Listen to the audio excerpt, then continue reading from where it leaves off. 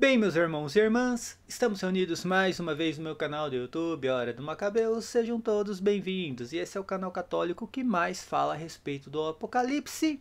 E aqui é um Apocalipse sem conjecturas, sem embustes, sem sofismas, sem achismos de propriedade. Aqui só tem exegese racional. E hoje eu vou falar um pouco sobre a tal consumação do século. Se criou uma dúvida, principalmente na última live, a respeito desse termo, né? Consumação do século. O que significa isso? É o fim do mundo? Não é o fim do mundo? Os apóstolos, eles estavam preocupados com isso? Eu vou tentar explicar tudo isso neste vídeo, tá? Antes de mais nada, se inscreva no canal, aperte no sininho, dê o like no vídeo, compartilhe os vídeos, faça todo o combo. É muito importante, só assim você pode ajudar o meu canal e os demais canais católicos na plataforma do YouTube. O link do meu apoia-se está aqui na descrição do vídeo. Se você puder contribuir financeiramente com o meu canal, eu agradeço de coração. Se você não puder, eu agradeço da mesma forma. Tem também a opção do PayPal e o clube de membros do canal. E se você quiser fazer uma doação única, tem o QR Code com o Pix do canal aqui do lado. Mire o celular e faça uma doação. Minhas redes sociais, além do meu canal no YouTube, tem o meu perfil no Facebook Cristiano Macabeus, tem a minha página lá no Facebook, As Mentiras do Apocalipse Protestante. Tem o meu novo blog, horadomacabeus.com. Tem o Twitter e o Instagram, o link tá tudo aqui na descrição do vídeo. Pessoal, eu tô um pouco rouco, eu falei demais, né? Dei muitas risadas ontem nos Pérolas, lá no canal do Robson 2.0, e eu falei demais na última live, e todo mundo sabe que tem um problema aqui com a garganta, tá, gente? Então, tô um pouco rouco e o vídeo não vai ficar tão bom, né, por causa da minha voz, mas o que importa é o conteúdo e a mensagem. Tá tendo aí um grande problema na questão da consumação do século, tá? Primeiro por um erro de tradução nas versões católicas, infelizmente nas versões católicas, tá? Aqui no Brasil. E tá tendo, né, uma confusão em cima disso. É o fim do mundo? Não é o fim do mundo? Infelizmente todo mundo ali lendo Mateus 24, principalmente os futuristas, têm a impressão de que os apóstolos perguntaram sobre o fim do mundo para Jesus Cristo. E não. Os apóstolos não fizeram essa pergunta e Mateus 24 não fala do fim do mundo, tá? Eu vou explicar melhor fazendo uma exegese aqui para vocês, tá bom? Antes de mais nada, gente, está se criando novamente uma confusão a respeito do futurismo e do preterismo, né? O futurismo é uma visão escatológica que eu não concordo, acho até uma aberração, tá? Eu acho ridícula, né, a tentativa de colocar, né, uma visão futurística dentro do Apocalipse. E o preterismo, ele é completo. A visão preterista é completa, do capítulo 1 ao capítulo 22. Seja a escatologia consumada ou seja o preterismo parcial, tá? E não tem, ou você é preterista ou você é futurista, não dá para encaixar uma coisa na outra, gente, tá bom? Então tá se criando essa ideia, né, tentando se for, né, tem uma ideia formada aí a respeito dos ciclos, né, que aconteceu lá no primeiro século, vai acontecer de novo, mas realmente é melhor a visão futurista apenas, aí sim. Tá? Eu não concordo, mas pelo menos, né, não tenta colocar o preterismo junto daquilo, entendeu? O preterismo é uma visão completa e não tem como encaixar mais nada dentro do preterismo, tá bom, gente? Seja o preterismo parcial e seja o preterismo da escatologia consumada. O preterismo, ele acredita que tudo que se refere, né, à grande tribulação aconteceu com os apóstolos durante a destruição do templo, antes da destruição do templo também, né? Tem todos aqueles eventos da perseguição apostólica, enfim, e, né, acaba exatamente com a destruição do templo de Jerusalém, tá bom? E o preterismo parcial acredita que a ressurreição dos mortos ainda vai acontecer, né? E o preterismo que prega a escatologia consumada, ele tem uma outra visão a respeito da ressurreição dos mortos, tá bom? Mas a respeito da grande tribulação, tudo aconteceu no primeiro século.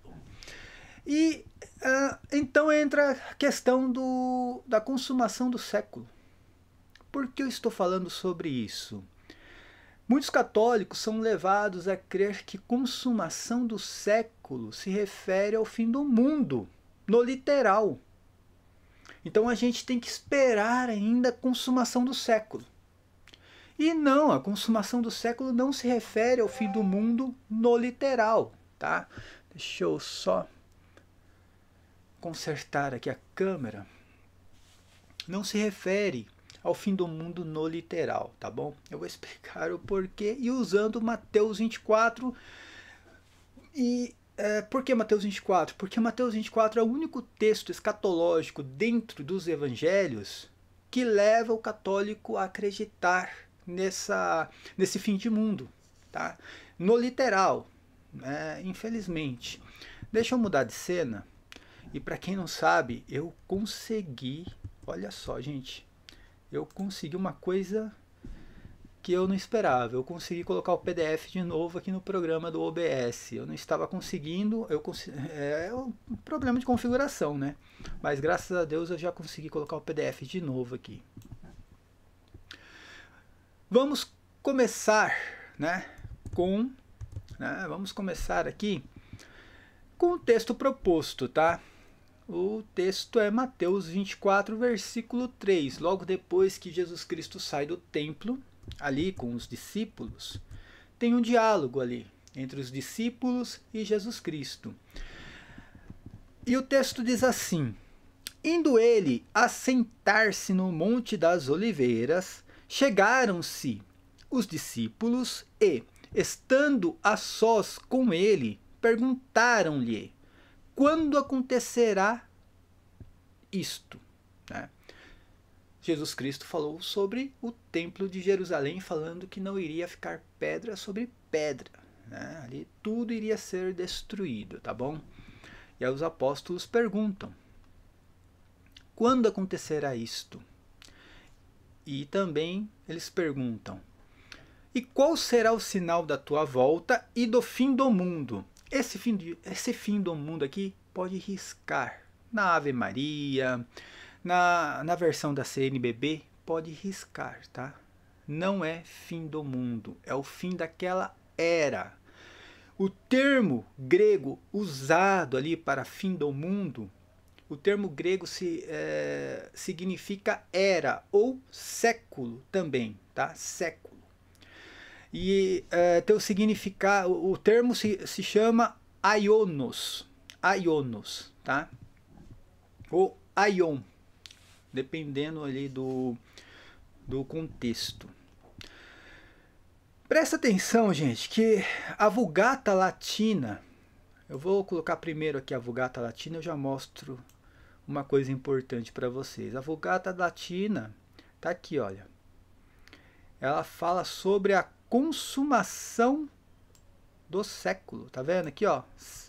Século, né? Eu não sei falar latim, gente, tá? Mas, bom, aqui você não precisa de um tradutor, né? Tá vendo que é a consumação do século. Não é o fim do mundo. Naquele tempo, na época de João, você poderia entender isso aqui como mundo. Eu vou explicar para vocês, antes de terminar o vídeo, eu vou explicar o porquê, na época de João, poderia sim traduzir isso aqui como mundo. Mas hoje não. Hoje tem que colocar aqui a consumação do século, tá? E o termo grego é esse aqui, aiono, tá? Só para você ter uma ideia, no grego, se você pegar a concordância Strong's, né? A concordância Strong's 165, a definição é uma era, tá vendo? Uma era inteira que na época eles entendiam como século, tá? Uma era ou um ciclo de tempo. Isso aqui é a pequena definição, tá aqui, ó. Tá vendo? Pequena definição. E a definição mais ampla: uma era, um ciclo de tempo, e especial, aí fala, né, de um modo especial, né, o tempo presente em contraste com o tempo futuro, ou seja, um tempo presente com o tempo futuro. Isso aqui é importante, tá? Porque isso aqui está falando o quê? O antes de Cristo e o depois de Cristo.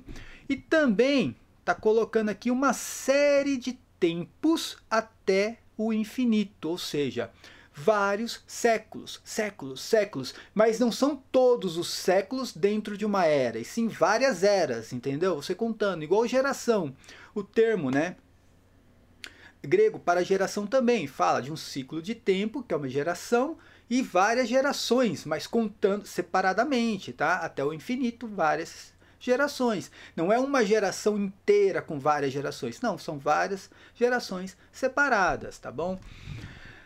Vamos entender de novo aqui, né?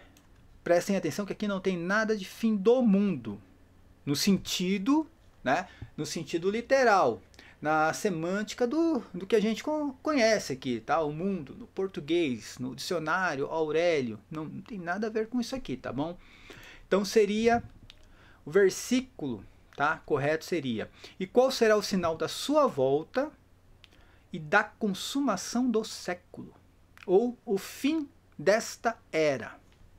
Essa é a tradução. Não tem outra tradução além dessa, tá bom?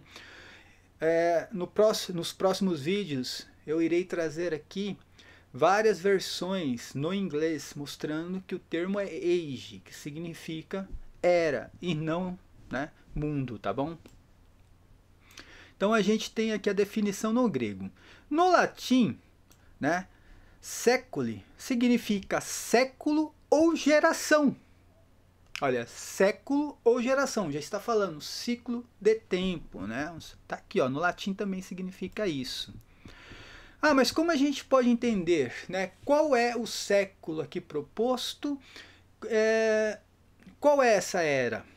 O próprio texto está falando do Templo de Jerusalém, da destruição do sítio de Jerusalém, perseguição apostólica, e termina dizendo: em verdade vos declaro, não passará esta geração sem que tudo aconteça. Então já está, o próprio texto está explicando que essa era ou este século que vai ter o fim, essa consumação do século, é o século daquela geração. O próprio texto está confirmando isso daqui, né? Qualquer coisa fora disso aqui é especulação e conjectura. Especulação e conjectura, especulação e conjectura. Tem que conjecturar isso aqui para tentar colocar isso aqui para o futuro.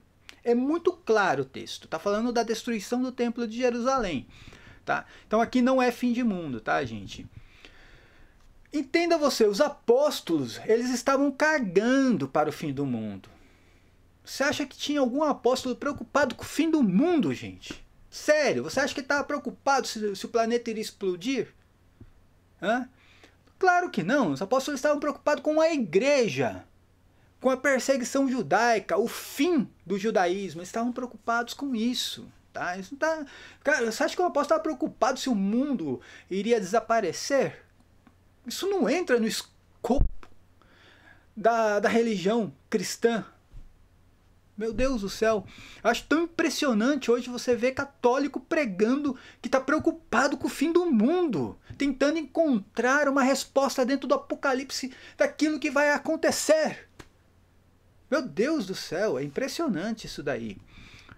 Então até aqui está muito claro, né? O texto de Mateus 24 não fala do fim do mundo, fala da consumação do século. É claro, eu sei que o católico ele aprendeu que século e século vindouro significa o fim do mundo, ou o mundo depois do fim do mundo, mas não. O século vindouro, gente, é a igreja. A igreja já faz parte deste reino. O século vindouro, ou século futuro, é o reino da igreja. É o reino da igreja. Eu vou explicar daqui a pouco isso aí melhor. Eu fiz uma ilustração também para explicar isso, tá bom? A questão do século presente e o século futuro, tá? Você vai encontrar isso no texto de Mateus 12:32. Vamos entender o texto.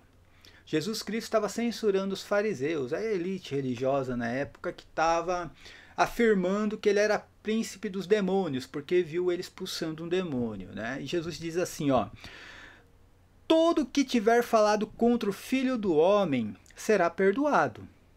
Se, porém, falar contra o Espírito Santo, não alcançará perdão, nem neste século e nem no século futuro. Na verdade, não tem esse termo aqui, século futuro, no texto, tá? Mas é lógico que a gente entende que só tem o termo futuro no grego. Mas é lógico que está falando do século futuro. Tem alguns comentaristas aí que falam que esse século futuro significa o quê?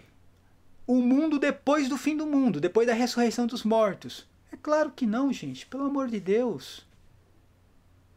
Significa também, mas ele começa com o reino da igreja, a igreja reinando, tá? Ele começa aí, o século futuro, tanto que o texto fala assim, ó: não alcançará perdão neste século, que era aquele século presente, no qual Jesus Cristo ainda não tinha sido crucificado, tá?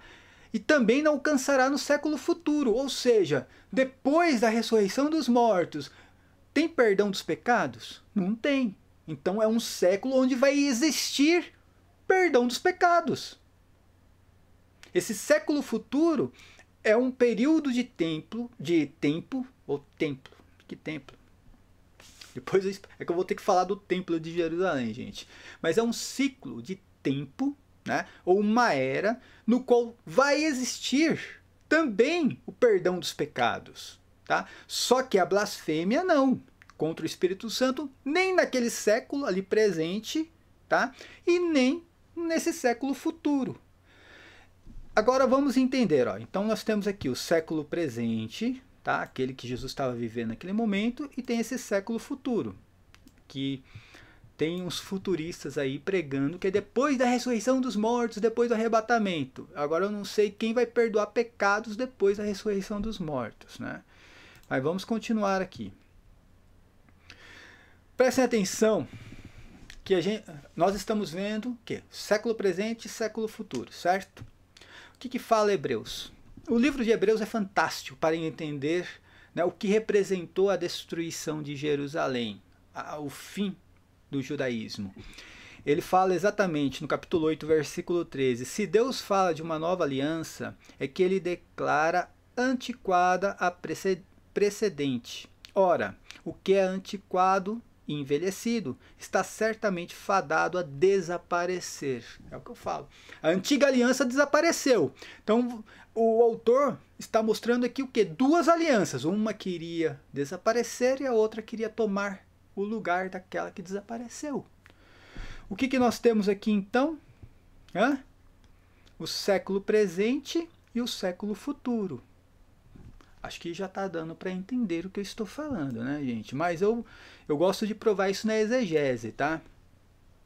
Em Gálatas, no capítulo 1, versículo 3 e 4, vai dizer assim, ó: graça a paz da parte de Deus, Pai, e do nosso Senhor Jesus Cristo, o qual se deu a si mesmo por nossos pecados. Jesus Cristo se deu por nossos pecados para nos livrar do presente século mau. Olha, São Paulo falando que Jesus Cristo, ele padeceu por nossos pecados, ele foi crucificado para nos livrar daquele século mau. Qual era o século mau? O século presente.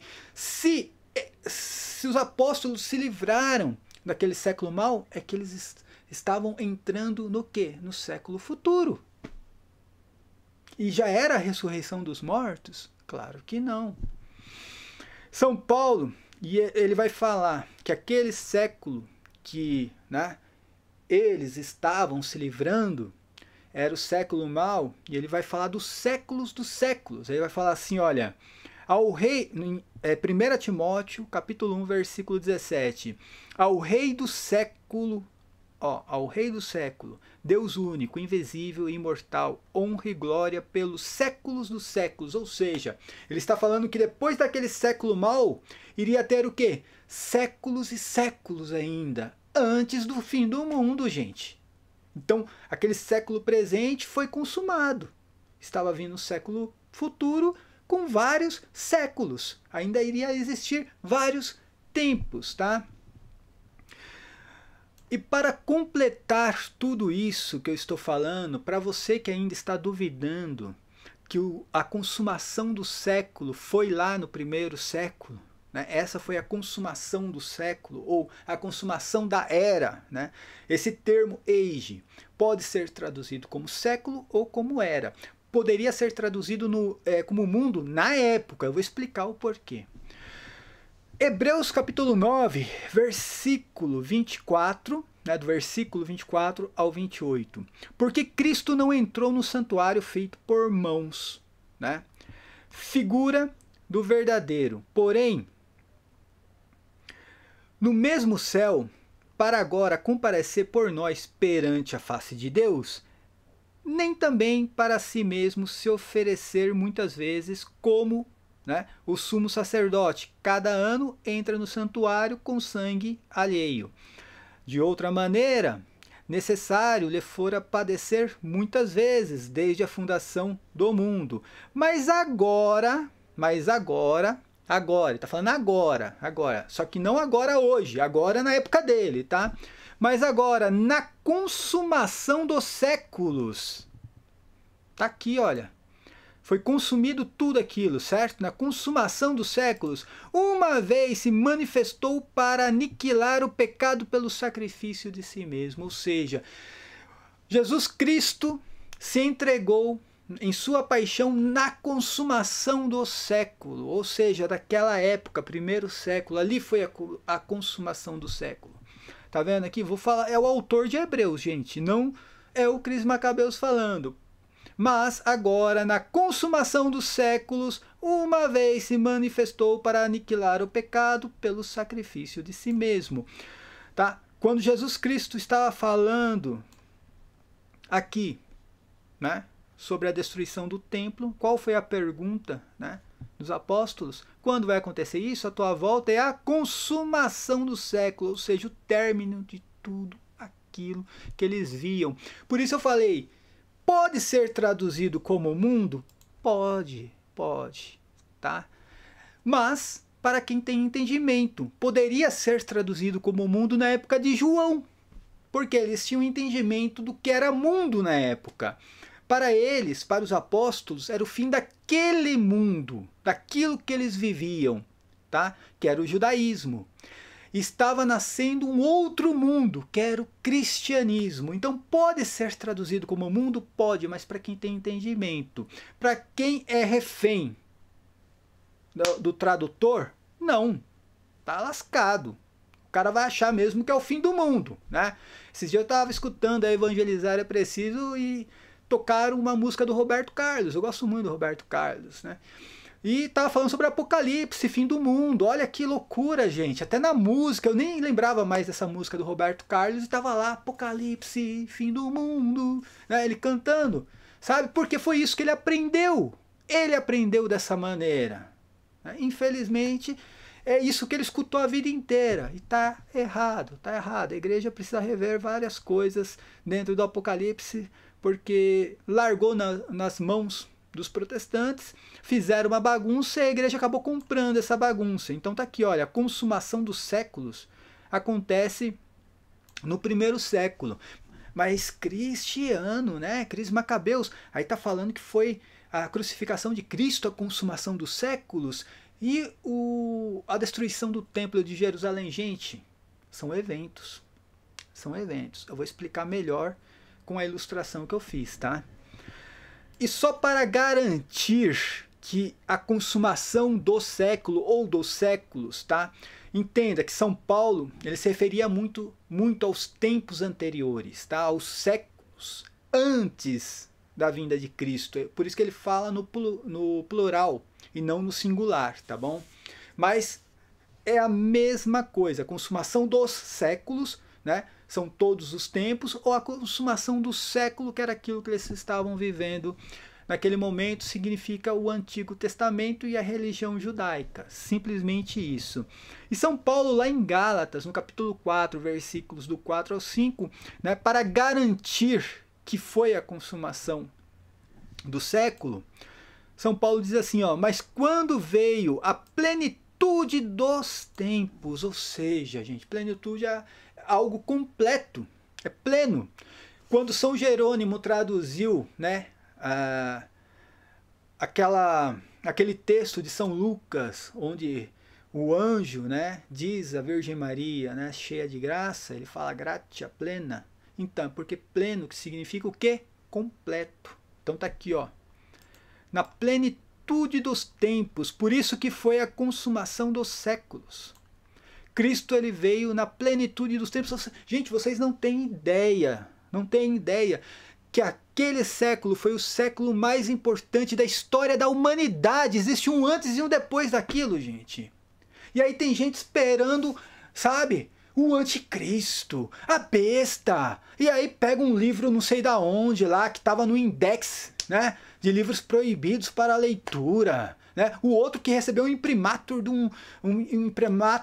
um bispo de Lete que ninguém conhece. Aí o Santo Ofício foi lá e falou assim, não, eu não reconheço esse imprimatur aqui, não, pode colocar aí no index aí. Sabe, aí pegam esses livros aí e começa, sabe, a conjecturar um apocalipse que não existe, que não é esse. É impressionante isso daqui. Então ficou muito claro, né, gente, sobre a consumação dos séculos e sobre o erro de tradução. Quando vocês lerem, tá? Aqui, fim do mundo, em Mateus 24, não é fim do mundo, tá? É a consumação do século ou o fim daquela era. Só isso e mais nada, não é fim do mundo, tá? Tanto que o texto não propõe isso. O texto depois só fala sobre o sítio de Jerusalém. O texto depois ali é todo sobre, né, a destruição do templo, a perseguição apostólica, o sítio de Jerusalém. Mas enfim, eu já estou... Gente, agora eu tô conseguindo preparar o curso, por incrível que pareça, onde eu vou explicar tudo sobre isso, né? O termo, né? Esse termo age, né, que é o Ionos, né, que traduzido para o inglês que é o age, que significa era, e também o termo geração. Eu vou fazer aí uma exegese cruzada ali com geração, provando que tudo que Cristo falava era em torno daquela geração e daquele século, tudo, né? A destruição do templo, a consumação do século, o nascimento da igreja, a realeza da igreja, tudo girou em torno daquela geração, tá? E agora eu vou colocar aqui um quadro, prestem atenção nisso daqui. Eu fiz essa ilustração aqui para explicar exatamente o que é esse tal consumação do século, tá? Preste atenção, aqui olha onde está a flecha aqui, eu coloquei aqui, né, um divisor e tem uma linha aqui, ó, uma linha temporal, tá vendo? E um divisor. O divisor está aqui, olha, Antigo Testamento, Novo Testamento, certo? Olha, Antigo Testamento, judaísmo. Novo Testamento, igreja, tá? Aqui, Antigo Testamento antes de Cristo, Novo Testamento depois de Cristo. Tudo tem um antes e depois, gente. Do primeiro século, tudo tem um antes e depois. Novamente, olha, Antigo Testamento, Novo Testamento, judaísmo, igreja. Antes de Cristo, depois de Cristo. Conseguiram perceber aqui? E Cristo, ele vem aonde? Tá aqui, ó, plenitude do tempo, ou dos tempos, tá bom? Aqui a gente tem o que? O século presente. Era quando Jesus Cristo falava, São Paulo falava, ele falava do século presente, aquele século, né? Ou aquela era que eles estavam vivendo naquele momento, esperando o que? O século vindouro, o século futuro. Né? E aí vem os séculos dos séculos, né? Até a ressurreição dos mortos, tá bom? Dá para ver aqui, olha. Isso aqui, olha, né? Esse divisor aqui, ó, nesta linha temporal, significa o que? A consumação do século. A consumação do século, tá? Então, no século presente, antes da consumação total do século, a gente tem nascimento de Cristo, morte de Cristo, ressurreição de Cristo e destruição do templo de Jerusalém, e entra a consumação do século. E aí vem o quê? O século vindouro, com as bodas do Cordeiro com a igreja, tá? Que acontece logo depois da destruição do templo, vem o quê? As bodas do Cordeiro com a igreja. Essa festa que nós vivemos todos os dias na igreja, principalmente aos domingos, né? Felizes os convidados para a ceia do Senhor, tá bom? E aqui se inicia o que também? O reino milenar de Cristo, tá aqui, olha. Depois da destruição do templo, né?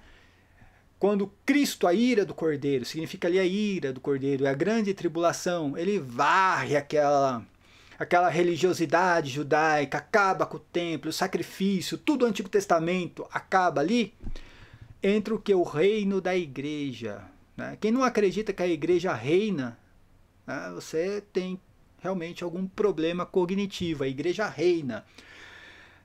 Gente, a igreja é o próprio reino do céu. A igreja, quando você está dentro da igreja, na missa, você não está aqui neste mundo, tá? Você está no reino do céu. Ligação total. Igreja triunfante, padecente e militante. É uma igreja só, tá? Um dia, eu vou explicar aqui agora, vai deixar de existir a igreja militante, a padecente, só vai existir a igreja triunfante. Só que a igreja é eterna, ela reina para sempre, tá bom? E ela está reinando agora. Então você tem aqui, depois da consumação do século, você vem o quê?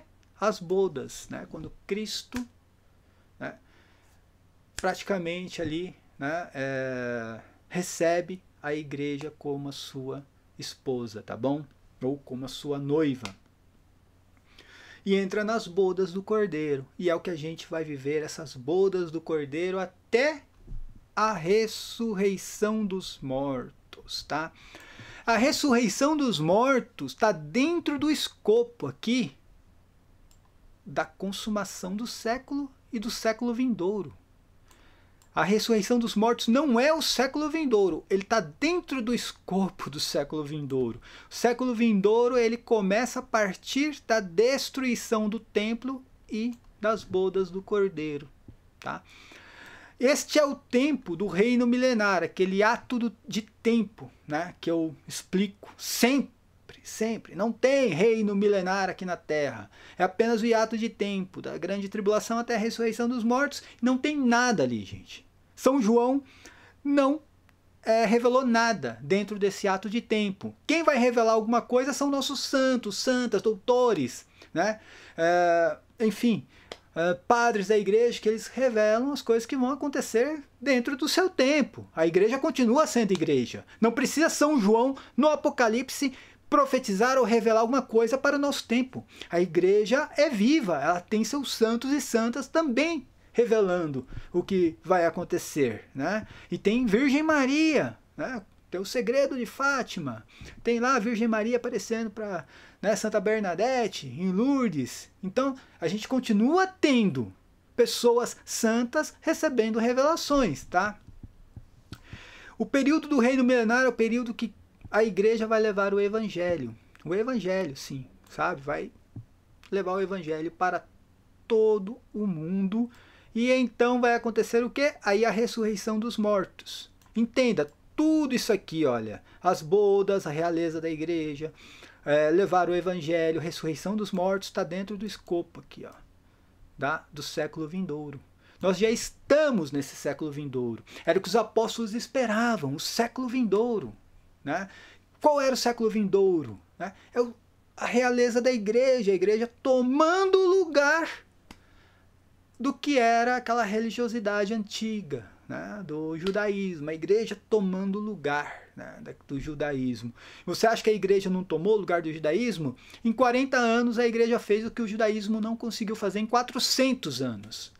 Em 40 anos a igreja se espalhou por toda a Ásia, né? Já avançou para a Europa. Em 40 anos a igreja conseguiu fazer isso. Então a igreja tomou o lugar do que era para ser do judaísmo, tá?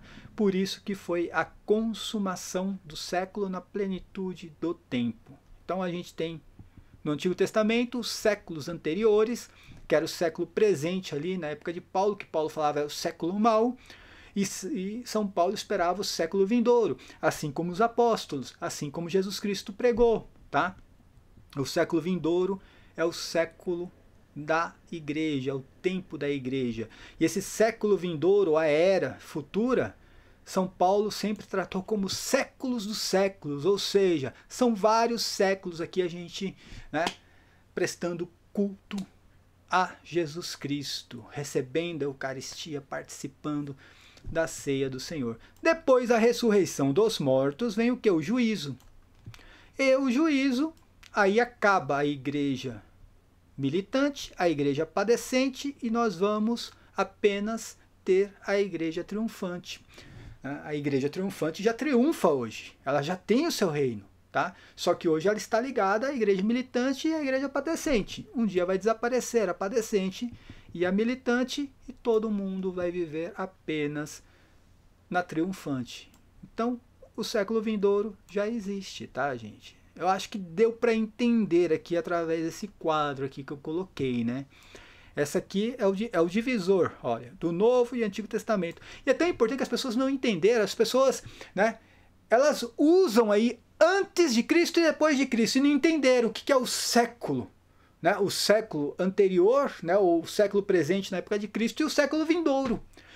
As pessoas usam isso, o antes de Cristo e depois de Cristo, e não conseguem entender, né? Acho é muito complicado, sério mesmo, é muito complicado hoje em dia, né? Tá? E só para terminar aqui mais uma vez, tá?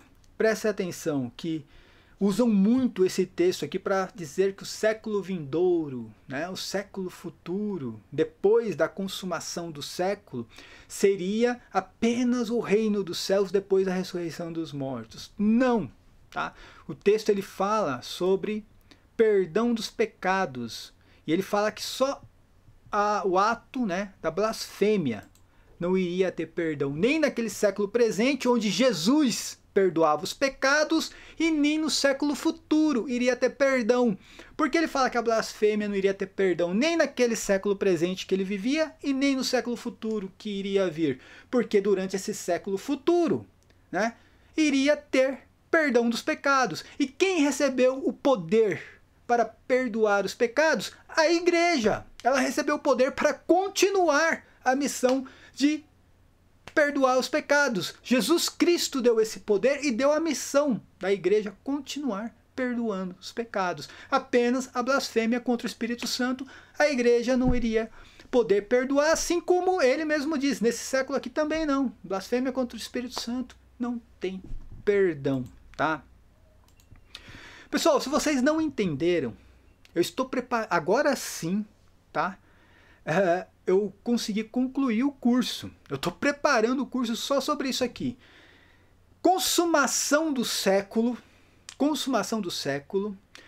Fazer essa exegese cruzada com o século, né? O século vindouro ou o século futuro, com aquela geração, o termo geração e o termo século, mostrando que tudo que gira em torno da escatologia ali gira em torno daquela geração, tá? E nesse curso que eu estou preparando também eu vou dar uma explicação exata a respeito de, olha, selos, trombetas, taças e os 3 ais dentro do Apocalipse, tá? Porque, né, eu tive que ler essas coisas de que o preterismo não é um apocalipse completo, né? Que o apocalipse futurístico ele é um apocalipse mais completo porque, né? Eu não sei, ele vai mais além do preterismo que fica só naquele século. Olha o tipo de argumento, né, gente? Pelo amor de Deus.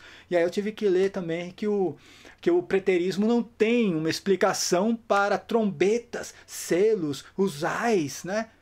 Não tem, tanto que eu estou falando aqui é porque eu estudei sobre isso, né? Então eu vou colocar no curso, tá? Toda a explicação não vou colocar conjectura, só vou colocar o que significa cada termo ali, cada acontecimento, e vou buscar dados, né, dados científicos, né?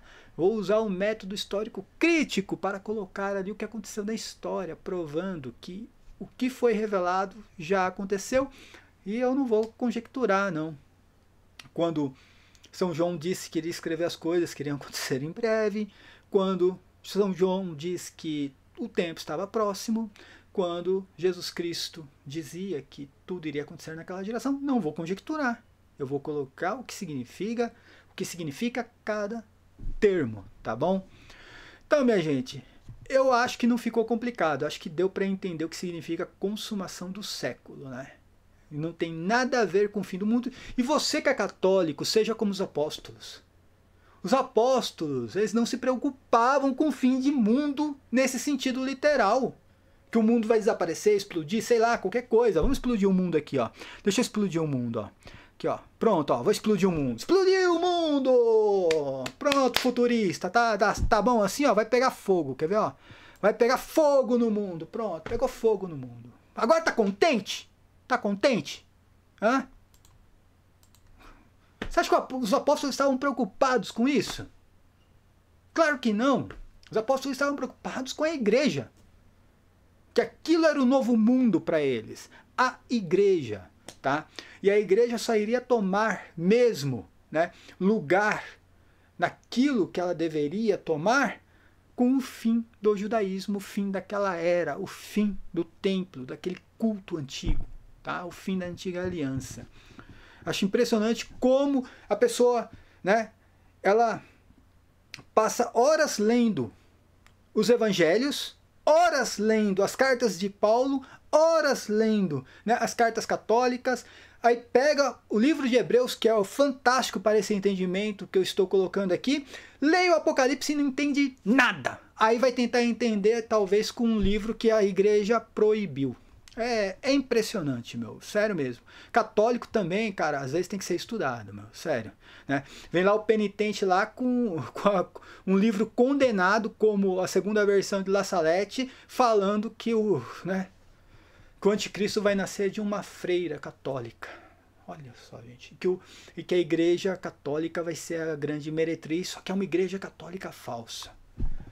É isso que a gente tem que escutar, tá bom, gente? Paz e bem a todos, até a próxima. Amém.